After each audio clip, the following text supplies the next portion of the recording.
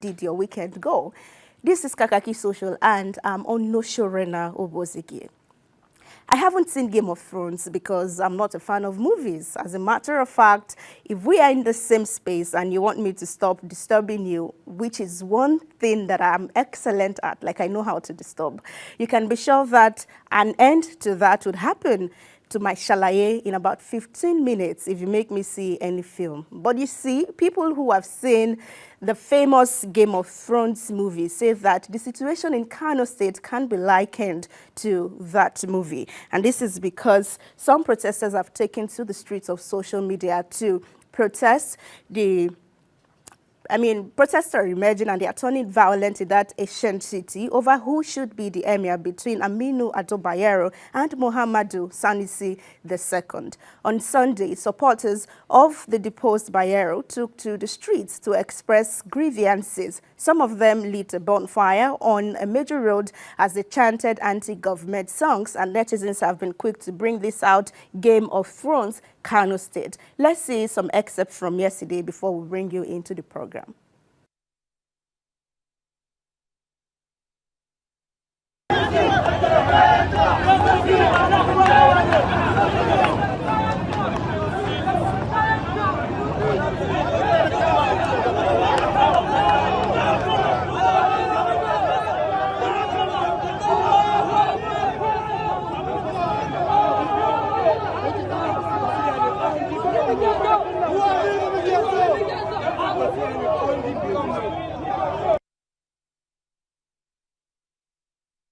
All right, so that was the case yesterday in Kano State summarized. Mr. Tony says, hope this doesn't escalate. You don't expect to dissolve the position of 4 emirs without any reactions. And more thought from another social media user is coming from Truly DRS, who says Tinubu should leave opposition states alone. He's directly using his power to be making those states ungovernable. Look at how he's interfering in Ocean Rivers and Kano State. I mean, this is an allegation right here. And I know that the army this morning disassociated themselves from what is happening right there. And Big Mo says, I hope Kano people don't hurt themselves over any emir.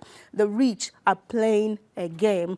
Okay, let's move over to more stories so that we can accommodate more. Now, Nigeria's President Bola Tinubu is happy that the flag off of the Lagos-Calabar Coastal Highway project is happening in his administration. He says on Sunday at the ceremony which held in Lagos State that it was his bragging day and a project of hope, disclosing that the completion would need 8 years. Now, other dignitaries and the Senate President, Godswill Akpabio, were also in attendance, and for Akpabio, because of this initiative, 2027 presidential contest will be a walk in the park for President Tinubu.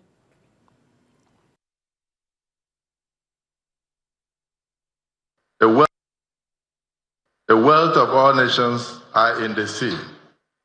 So what we have done today is to open Nigeria to the sea to enable us to bring out the wealth to the hinterlands. So for that, we congratulate you. With the kind of steps you have taken in the last 1 year, I can assure you that you'll be snoring on your bed when you will be declared the second-term president in 2027. So again, I want to say congratulations in advance.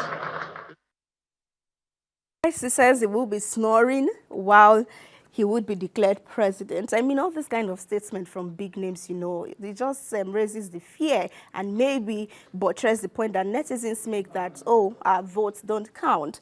But then Chosen is Blessed says, yes, so we are seeing the wonderful of efficiency of the renewed hope agenda. It's working great. And also another user says, I just wonder why we, the masses that were promised those hopes, can't see it materializing. Maybe it's only hope for the supposed elite. And final thoughts on this one is coming from Spare Part Dealer, tweeting at Daniel Emeka, who says, irony of Nigeria's democracy. How can this man and his fellow legislators perform oversight functions effectively? So basically, it just say that, oh, an independent arm of government is so loyal to another independent arm of government, and they're wondering how that will marry and how they would be able to run their things effectively. But let's see more story. I don't know who offended Mr. President over the weekend. So you know that the On Your Mandate song that people would sing to,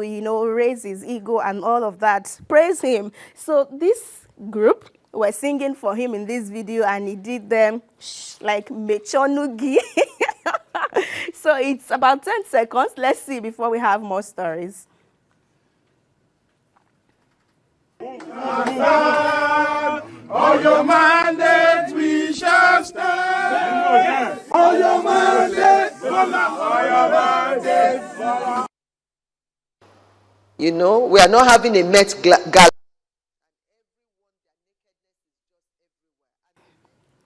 Okay, so that was it. Now, the wife of Nigeria's president, Senator Remi Tinubu, is frowning at the rate of nudity exhibited by some Nigerian women and girls.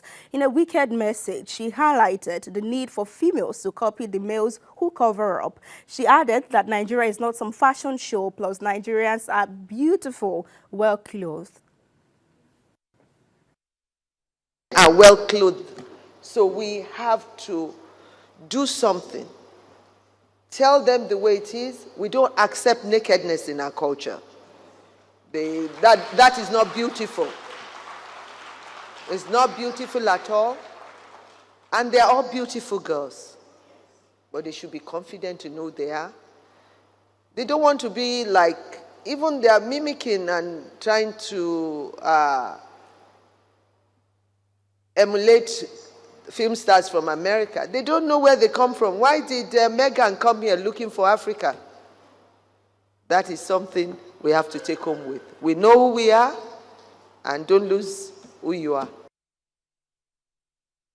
All right, she says that Meghan came to Africa, Nigeria in particular, because of how we dress. But people would say, oh, nakedness was the culture before the white men came. Now, this user says, but our ladies can marry husbands who forge results or certificates, push drugs, rig election, and convert and take forcefully every damn thing in a state. Our ladies can join the husband in doing everything I listed above. Whoever that stray bullet is for, let's see some thought right there. And then her daughter was also brought back to the news, who is abroad, Habibat Oyi Damola. Well, pictures of her could not make here because we don't promote nudity. But then Omo Iya teacher is asking, picture, advise your daughter who resides in the US about nudity first before turning to us. Nigerian girls tells Tinubu wife. I mean, that is a counter headline right there to say, oh, we've listened to you, but charity should begin from your home. And let's see our final thought to this development before we have more story. Keji says the office of the First Lady hasn't said anything about those girls that the minister wants to marry off. It's people's dressing she's obsessed or obsessing about. Well, we'll leave it at that to have more story, and this is quite a sad one. But Collins finally says the First Lady is absolutely right. Young Nigerian girls should be embracing their dignity and cultural values, not emulating Western celebrities' absurd standards. The obsession with such displays is degrading and undermines the true essence of beauty. Well, on a very sad note, the management of Ajayi Crowther University, Oyo State, the picture of the disease is on the next slide, has expelled and handed over to the police the 6 students involved in the killing of their schoolmate. Well, they had tortured the disease for 8 hours, 6 p.m. on Friday until he died about 10 a.m. on Saturday, according to an eyewitness. They shaved his hair in the school hostel for allegedly stealing a phone. Well, those moments were captured in a series of disturbing videos that we cannot have. Well, in another video by an activist who claims to be a sister to the bereaved mother, the killed student is a prince from Delta State. Everybody come outside. Everybody come outside, though. Makinde, that Crowther University, they don't beat my sister Piki, die for them. They beat her, die. Now quiet. They don't talk anything. We are coming to your state because a prince una kill. Prince una kill, a princess Piki una kill. So make una ready for the wahala. You Makinde, everybody tag Makinde for me. Tag Makinde for your state. They don't kill our Piki. No, we're not gonna take this one easy. We need sworn at war. All right, so let's just have some thoughts away from that to see how all of these things have been happening. DJ Deep says, where were school authorities when this was happening? Hostel porters. Nobody was there to stop the jungle justice. Isn't this a private university? Quite a number of questions right there. Let's see more thought from Sheung, who says, very worrying. Thought private schools had better supervision and security around the student. And then in another reaction, Baby says, the funny twist to this story is that justice will be served to the highest bidder. One of the parents of the 6 culprits might decide to bribe the police and send the boys abroad. Apparently, this will not be the case. But just to say that what is going on in Nigerian institutions, just in April and in May, we've had 4 cases. The 4-year-old who died in Abuja school. We had Veritas University, one just died, 100 level. This one again, torture. And then we had the bully that went viral. What is going on? You think your child is in a private school, the best of schools, and then they just return not dead. Well, that's how we call it a day today on Kakaaki Social. Happy Children's Day to the actual children and everyone they call.